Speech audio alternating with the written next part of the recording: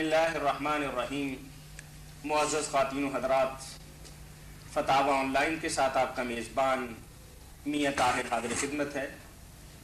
اسلامی تعلیمات اور سوال و جواب کا یہ پروگرام مرکز الحرمین الاسلامی ساتیانہ روڈ فیصل آباد پاکستان سے ہر اتوار کے روز عصر تا مغرب آپ کی خدمت میں پیش کیا جاتا ہے۔ اگر آپ کو بھی کوئی دینی، معاشی، معاشرتی، روحانی یا طلاق اور میراث کا مسئلہ درپیش ہو اور قرآن و سنت کی روشنی کے اندر آپ اس کے صحیح اور بروقت حل کے متلاشی ہوں تو ہمارا ٹول فری نمبر نوٹ کر لیجئے 08001177777۔ اس پروگرام میں آپ کی طرف سے آنے والی فون کالز اور براہ راست پوچھے گئے سوالات کے جوابات معروف مذہبی اسکالر، ممتاز عالم دین، مدبر، محقق، مصنف، خطیب حضرت مولانا مفتی محمد اسحاق مدہ ذلہ العالی مرحمت فرماتے ہیں۔ مولانا کے دیے ہوئے جواب سے اگر کوئی بہن بھائی مطمئن نہ ہو تو یاد رہے کہ مولانا کی مسجد کریمیہ جمعہ کی نماز کے بعد وہاں ایک علمی مجلس مذاکرہ کا انعقاد ہوتا ہے۔ تشریف لائیے، دلیل دیکھیے اور وضاحت طلب کیجیے۔ جی السلام علیکم۔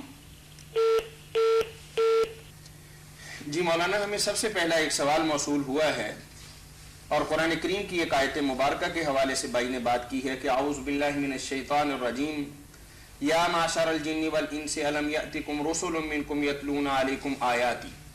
یہ آیت کے بعد ان کا سوال یہ ہے کہ ایک تو آیت مبارکہ کی وضاحت فرما دیں، اور دوسرا سوال یہ ہے کہ جنوں میں بھی رسول ہوتے، اور تیسرا ان کا سوال یہ ہے کہ کیا جنوں کو بھی موت آتی ہے اور ان کو کہاں دفن کیا جاتا ہے، اور اس کے اندر جنات کے جہنم کے اندر جانے کا تو ذکر ہے لیکن جنت کے بارے میں ان کے بارے میں کوئی حکم ہمیں نہیں ملتا۔ یہ 5-6 سوالات اکٹھے کیے ہوئے ہیں۔ جی پہلا تو یہ کہ آیت مبارکہ کی تشریح فرما دیں، اور دوسرا یہ ہے کہ جنات کے اندر پیغمبر آئے ہیں۔ کال لے لیتے ہیں پہلے۔ السلام علیکم۔ وعلیکم السلام۔ میں نے ایک مسئلہ تے تانوں اگے دسیا سی، تانوں شاید یاد نہیں رہندا۔ نہیں یاد رہے گا، فرمائیے، دوبارہ فرمائیے۔ اچھا، ایک تو میرا میاں سخت بہت ہے، میں نے بتایا تھا کہ وہ کوئی ایک دوسرا مسئلہ جو اس وقت ہے وہ یہ ہے کہ ہمارا 6 دن سے کاروبار بند ہے نا۔ 6-7 دن سے کاروبار بالکل وہ سیل کر گئے ہیں، بسکٹ وغیرہ کی ایجنسیز ہیں وہ فوڈ والے جو ہیں وہ بند کر گئے۔ اچھا، سیمپل وغیرہ کے چکر میں؟ سیمپل وغیرہ کے چکر میں، لیکن سیل کر گئے نا، جس کا کہ کوئی یعنی کہ بنتا ہی نہیں توکی کہ بھئی وہ سیل کرے نا۔ تو 7 دن سے 8 دن سے ان کے منتے وہ یعنی کہ کھول بھی نہیں رہے نا۔ جی ٹھیک، یعنی کہ کوئی پروف نہیں ہے کہ بھئی مطلب وہ تو وہاں پہ مینوفیکچرنگ ہو تو کرتے ہیں بند نا۔ تو اس وقت یعنی کہ بہت تکلیف، یعنی اذیت ناک ہے کہ بھئی کیا کریں، پتہ نہیں وہ رشوت کے چکر میں یا کس چکر میں، بہت مسئلہ ہے۔ مولانا تھوڑا سا میں بتا دوں کہ یہ ہماری بہن ہے جو فون کر رہی ہے، 2 دفعہ انہوں نے رمضان المبارک کے اندر ہمیں افطاری بھی بھجوائی ہے۔ ان کے مکان کی بنیاد رکھنے کے لیے بھی آپ گئے تھے تجمل صاحب کے ساتھ، ماشاءاللہ، ان کے گھر سے فون۔ کیا کہہ رہی ہے میم؟ ایک تو وہ کہہ رہی ہے کہ میاں تھوڑی سخت ہے، اور دوسری کاروباری پریشانی بہت زیادہ بتا رہی ہیں کہ ان کے پاس 2-4 ایجنسیاں تھیں، ڈسٹریبیوشن تھی، وہ کسی چکر کے اندر فوڈ والے آئے، تالے والے لگا کے اب ان کی بلڈنگ کو سیل کر کے چلے گئے۔ اب مال بیچنا بھی مشکل ہے، اندر سے نکالنا بھی مشکل ہے، اور غم روزگار نے پریشان کیا ہوا ہے۔ میری بہن جو میاں ذرا سخت ہے نا، اس کے لیے تو آپ یہ کریں سورۃ طٰہٰ، سورۃ طٰہٰ، سورۃ طٰہٰ میں جہاں نا موسیٰ علیہ السلام کا ذکر ہوا آ جاتا وَأَلْقَيْتُ عَلَيْكَ مَحَبَّةً مِّنِّي، یہاں سے شروع ہوتا وَفَتَنَّاكَ فُتُونًا، یہ لکھ لیں۔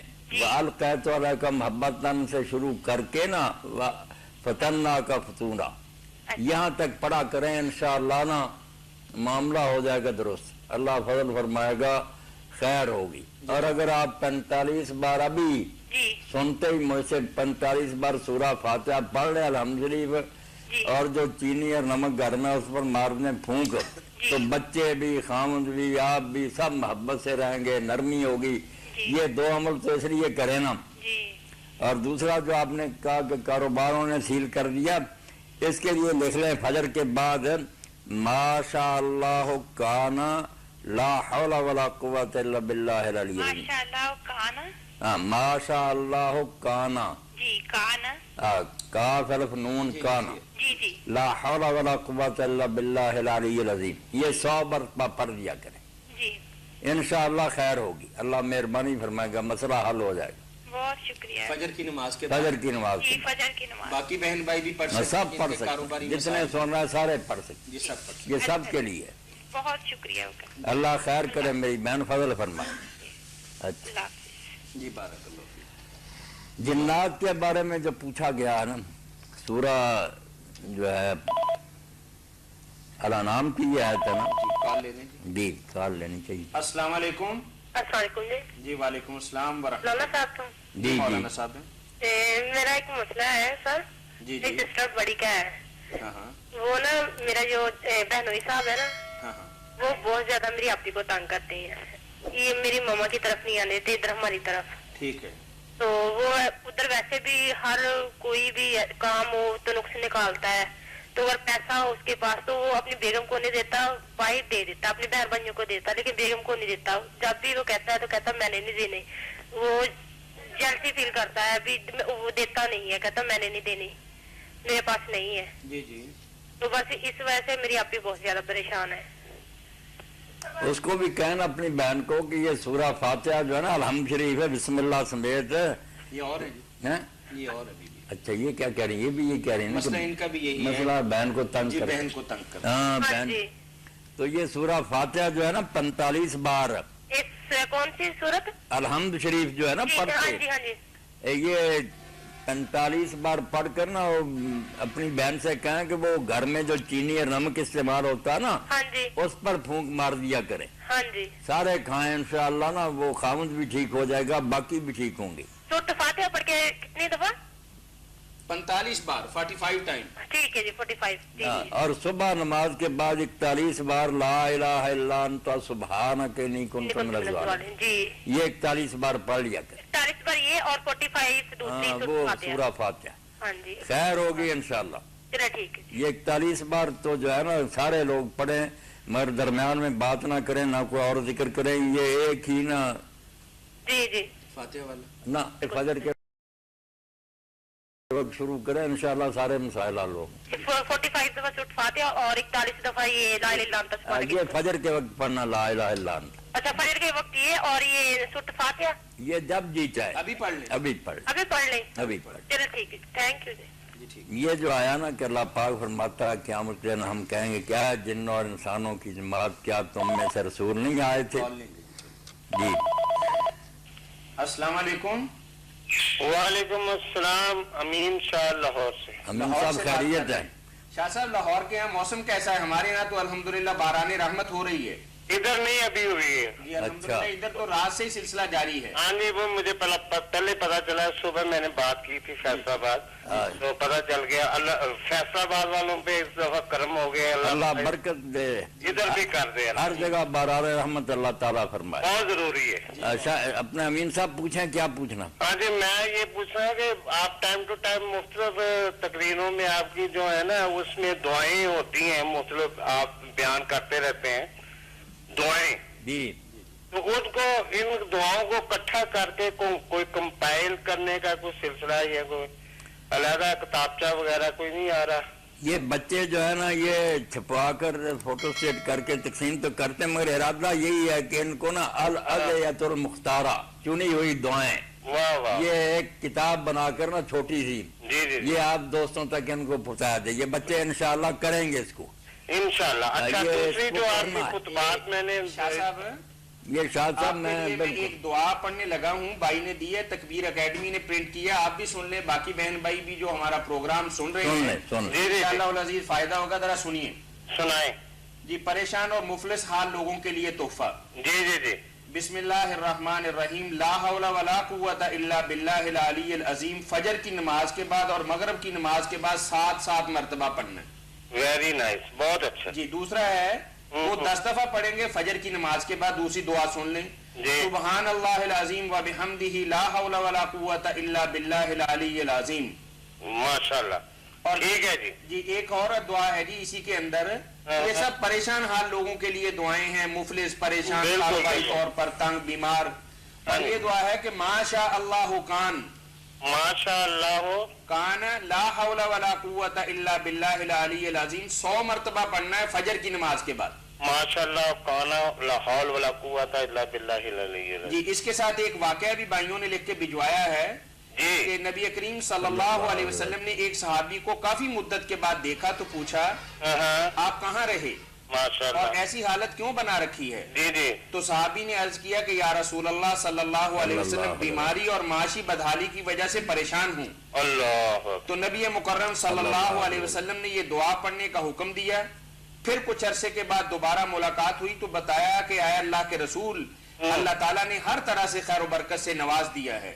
بالکل بالکل. اب دعا سن لیں, یہ فجر کے بعد ایک دفعہ پڑھنی ہے یعنی صبح کے وقت. جی لا حول ولا قوت الا باللہ العلی العظیم توکلت علی الحی الذی لا یموت والحمدللہ. توکلت علی الحی الذی لا یموت. بس سن لیں انشاءاللہ آپ کو دے دیں گے پھر. والحمدللہ الذی لم یتخذ صاحبۃ ولا ولدا ولم یکن لہ شریک فی الملک. بھائی طاہر صاحب اتنی تیزی سے لکھی نہیں جاتی, آپ جیسے مولانا صاحب فرما رہے ہیں نا دے دیں گے نا, باقی لوگ تو سن لینا. ہاں جی والحمدللہ الذی لم یتخذ صاحبۃ ولا ولدا ولم یکن لہ شریک فی الملک ولم یکن لہ ولی من الذل وکبرہ تکبیرا. یہ ایک دفعہ پڑھنا ہے ایک بار فجر کے بعد. یہ ان دوستوں نے میرے پاس بھجوائی ہے جنہوں نے مولانا کے خطبات بھی تباہ کروائے ہیں, تکبیر اکیڈمی والے, غوثیہ چوک فیصل آباد والوں نے, انہوں نے بھجوائی ہے ہماری. پائے تو لے جائیں گے, چھپی ہوئی ہے. اچھا میں کسی وقت انشاءاللہ آؤں گا تو لے جاؤں گا. دوسرے یہ ہے کہ اپنی مولانا صاحب آپ کی اگلی کتابیں کب آ رہی ہیں؟ وہ بھی انشاءاللہ چھپوائیں گے. اچھا ایک آخری بات, اللہ ظالم لوگوں کو ہدایت نہیں دیتا, اس کا کیا مطلب ہے؟ قرآن پاک کی کہتا ہے سورۃ توبہ کی غالباً کہ اللہ ظالم لوگوں کو ہدایت نہیں دیتا. اس قسم کی آیات قرآن پاک میں آتی ہیں کہ اللہ ظالموں کو ہدایت نہیں دیتا, فاسقوں کو نہیں دیتا, ایسے لوگوں کو نہیں دیتا. تو اس کے دو معنی ہوتے ہیں شاہد صاحب. ایک تو اس دنیا میں ہے کہ جب وہ ہدایت چاہتے ہی نہیں, اللہ خام خواہ ان کے ساتھ ہدایت کیوں چپکائے. وہ ہدایت کے طالب ہوں, یہدی الیہ من اناب, اللہ ہدایت تو ان کو دیتا جن کے اندر شوق ہوتا. آپ اگر میری تقریر سننا ہی نہیں چاہتے, میں تو غنی اور بے نیاز, اس لیے جو متکبر ہیں, فاسق ہیں, ظالم ہیں, جن کو ہدایت کی ضرورت نہیں, یہ معنی ہے. ورنہ اگر وہ ہدایت کے طالب ہیں, پھر نہ وہ ظالم ہے نہ متکبر, پھر تو وہ طالب ہیں حق کے. تو ایک معنی تو ہے کہ اس دنیا میں ایسے لوگوں کو جو طالب حق نہیں ہوتے, ظلم اور تکبر اور بے ایمانی پر جمے رہنا چاہتے ہیں, ان کو اللہ وما یذل بہ الا الفاسقین, جو بدکار رہنا چاہتے ہیں اللہ چھوڑ دیتا, نول مات واللہ, جا دفع ہو جاتے. اور دوسرا معنی یہ یاد رکھنا چاہیے کہ ہدایت کا معنی لوگوں کے ذہن میں ایک ہی ہے کہ اس دنیا میں سیدھا راستہ دکھانا. یہ معنی نہیں یاد رکھتے جو قرآن مجید میں اکثر آتا آخرت کے بارے میں, وہاں ذکر اگلی دنیا کا ہوتا ہے کہ اللہ ان کو جنت کی ہدایت نہیں دے گا. وہاں ہوتا ہے کہ منزل مقصود تک پہنچانا. اس لیے جو کافر ہوں گے انہیں اللہ جنت کی طرف رہنمائی نہیں کرے گا, وہ نہیں جنت میں پہنچے گے. نیکوں کو اللہ وہاں, یہ کئی معنی ہیں. ایک بات ہے کہ راستہ بتانا, یہ اللہ نے سب کو بتایا. ایک ہے اس پر پھر چلانا, یہ جو چاہتے ہیں اللہ انہیں توفیق دیتا. ایک ہے چلاتے چلاتے پھر منظر مقصود تک پہنچانا. اس لیے جب ہم اہدنا الصراط المستقیم کہتے ہیں نا, تو یہ معنی نہیں کہ ہمیں سیدھا راستہ نہیں پتا بتا. یہ کافر تانا دیتے ہیں کہ تم روزانہ مانگتے ہو اس لیے ابھی تک تم کافر ہی ہو. نہیں, اس کا معنی ہے کہ جو سیدھا راستہ تو نے ہمیں بتا دیا ہے اس پر چلنے کی ہمیں توفیق عطا فرما, ثابت قدم رکھ, اور چلاتے چلاتے ہمیں جو آخری منزل مراد ہے جنت وہاں پہنچا. اسی لیے جو لوگ وہاں جائیں گے وہ کہیں گے الحمدللہ الذی ہدانا لہذا, شکر ہے اس اللہ کا جس نے ہمیں یہاں تک پہنچا دیا. سبحان اللہ. ہدایت کے 4 معنی میں نے خطبے میں بیان کیے, وہ ذہن میں رکھ کر آیتیں پڑھنی چاہیے کہ یہ کہاں کی بات ہے. بالکل صحیح ہے. بالکل صحیح, بڑی مہربانی جناب. میں آپ کو اپنا طاہر صاحب آپ کو خط لکھوں گا, آپ تو یہ ظالم اور لکھتے میں انشاءاللہ بھجوا دوں گا. صاحب یہ پتا چل گیا کہ جہاں آتا نا ظالموں کو اس کا منع کہ ان کو بامراد نہیں, یہ نہیں کامیاب ہوں گے. یہاں جتنا مرضی یہ کھاتے پیچر ہے, آخرت میں یہ ناکام ہوں گے, خسران انہیں ملے گا, گھاٹا, وہاں انہیں کامیابی نصیب نہیں ہوگی. جی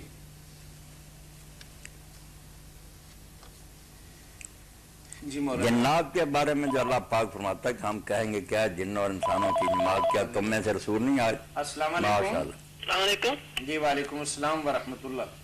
محترم سوال تھا, آپ نے پہلے فون کیا تھا. جی جی فرمائیں آپ. عیسیٰ بن ہلال صدفی کے بارے میں کہ اس کو نا یہ مجہول کہتے ہیں بزرگ, تو کتاب المعرفہ والتاریخ ہے فسوی کی, جی میں نا اسی عیسیٰ بن ہلال کو ثقات التابعین جو ہے نا مصری ان میں ذکر کیا ہے.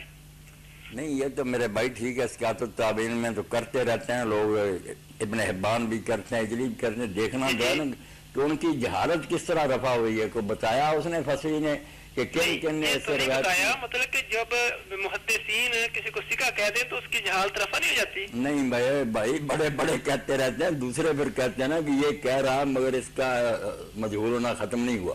اور جہالت بھی آپ جانتے ہیں صاحب علم ہے کہ ایک جہالت ہے عینی, کہ دو آدمی اس سے اگر روایت کریں گے 2 سے زیادہ تو اس کی جہالت عینی تو ختم ہوگی. پتہ چل گیا کہ یہ آدمی دنیا میں ہوا. علماء نے شرط لگائی کہ صرف ایک نہ روایت کرے, صبح کی بات ہے. مگر جہالت حال جو ہے کہ اس کی حالت وہ سکہ معتبر, اور میں کسی کے سکہ لکھ دینے سے آپ تو جانتے ہیں بے شمار کو لوگوں نے سکہ لکھا, حالانکہ وہ سکہ نہیں نکلے. اس کا پتہ چلنا چاہیے نا. فصیح وغیرہ تو مورخ ہیں, کسی محدث نے یا بن معین علی بن مدینی یا دوسرے جو ہیں, کس نے اس کو سکہ کہا؟ محدثین نے تو کیا نا ابن حبان نے ثقات میں ذکر کیا ہے. اسی طرح ابن حبان کا تو آپ کو ماشاء اللہ آپ تو اچھے بڑے علم ہیں. ابن حبان اور ہجلی کی توثیقوں کو مانتا اس دور میں سارے مان گئے کہ ان کا تو طریقہ ہی ہے کہ جو مجہول لوگ ہیں جن پر انہیں کوئی جرح نہیں ملی انہوں نے ان کو سکہ کہہ دیا. مطلب یہ کہ جو سکہ کہنے سے جہالت دور نہیں ہوتی. نہیں جہالت دور ہوگی جب کوئی محدث وغیرہ اس کے پوری طرح حالات بیان کریں گے. بلکہ یا ابن معین کے بارے میں عبدالرحمن المعلمی لکھتے ہیں کہ ہم اس کی اسقاط کو بھی نہیں مانتے, کیونکہ ہم نے یہ دیکھ لیا ہے کہ جھوٹے راوی ان کے سامنے بڑے نیک بن جاتے تھے. یہ جو ہے نا الفاظ الموجود اس کے بیان فرما دیں ذرا حدیث کا. میں مفہوم بتا دیتا ہوں. یہ اگر اس کو صحیح بھی مانے نا تو یہ مولانا صدیق صاحب اللہ تعالیٰ رحمت فرمائے سرگوزی, ان سے بات ہوئی تھی, خاموش ہو گیا. اب آپ بھی نکال کر دیکھیں, اس میں بالکل یہ بات نہیں کہ وہ 10 دن نہ مڑائے اور عید کے دن مڑائے, عید قربانی کے بعد مڑائے, یہ اس میں ذکر ہی نہیں. یہ تو ذکر نہیں اس میں ذکر جو ہے نا آپ فتح الربانی اٹھائے, وہ کہتے ہیں شاخے سے تو پتا چلا کہ جو آدمی نہیں صاحب استطاعت مت کے تو اب یہ خصال فطرت جو ہے ان کو ٹھیک کرتا رہے, اس کو ثواب ملے گا. بعد بھی یہی جیسے مسواک کا نکالیں گے نا آپ, وہاں آتا ہے کہ آدمی نے آ کر بڑے عجیب و غریب سوالات الہیات کے حضور سے کیے, اونٹیں بڑی ہوئی تھی, دوسرے منہ تو آپ نے فرمایا جا کے مسواک کر اور یہ اپنے بال ٹھیک کر.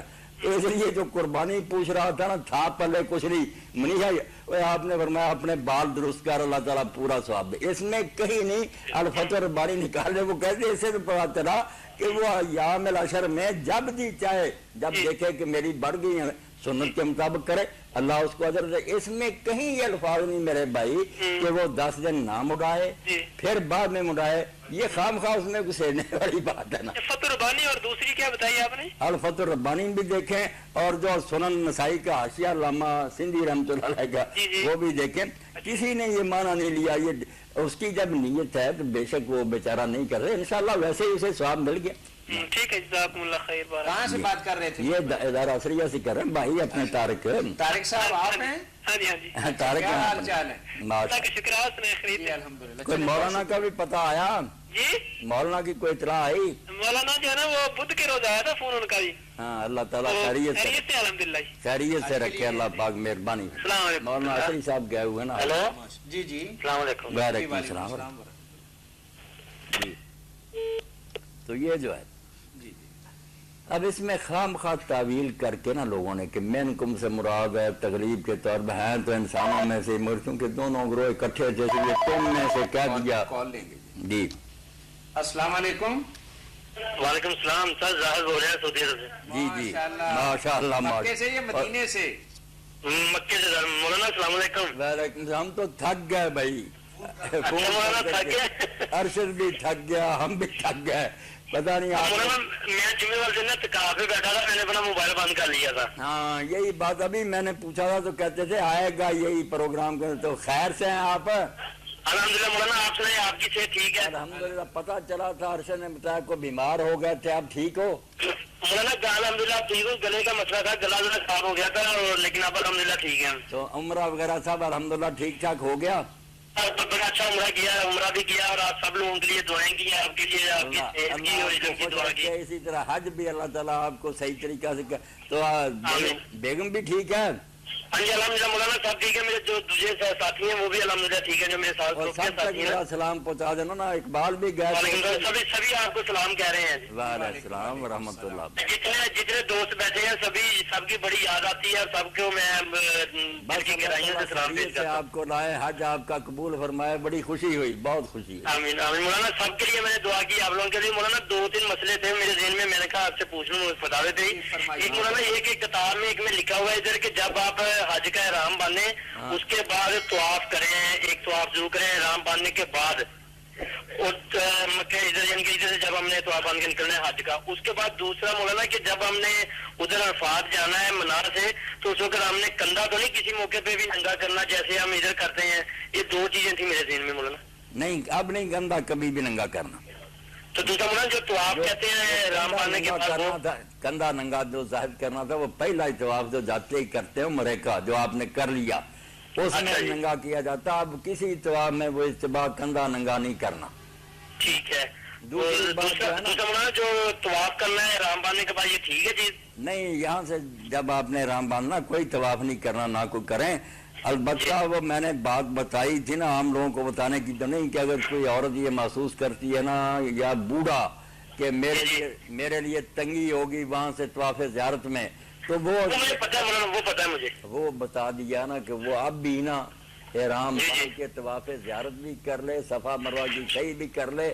وہ بیمار معذور بوڑھے اور جن کو حیض آنے کا خطرہ کر لیں, وہ ان کے لیے انشاءاللہ ٹھیک ہے. باقی نہ کوئی طواف کرے, سیدھے یعنی احتیاطی طور پر کر لیں. بالکل ٹھیک ٹھیک ٹھیک. اچھا مولانا ایک چیز اور چیز, جو وہاں پہ جمرات ہیں 3 نشانات, یہ بہت ساری کتابوں میں لکھا ہے کہ یہ جو 3 ہے, تینوں جگہ پہ حضرت ابراہیم علیہ السلام کو شیطان نے غلط وسوسہ ڈالا تھا.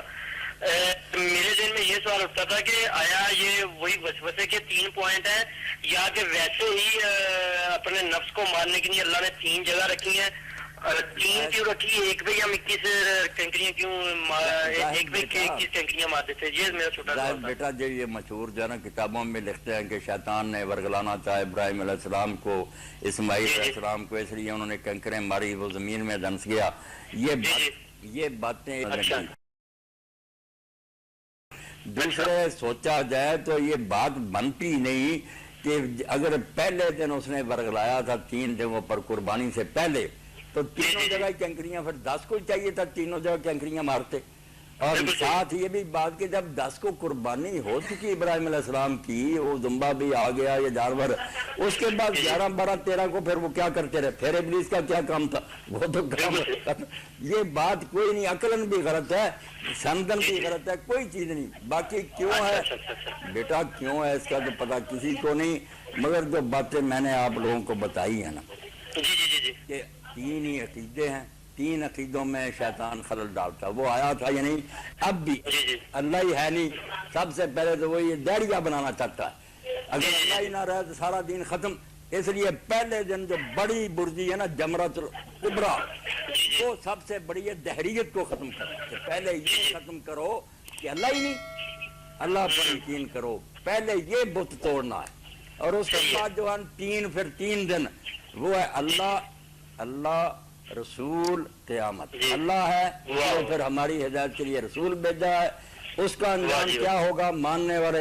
یہ 3 جمرے ہیں جن کے تینوں کو خراب کرتا حرامی. اللہ کے بارے میں بے یقین کرتا ہے, رسول کے بارے میں شک پیدا کرتا ہے, قیامت کو جھٹلاتا ہے. تو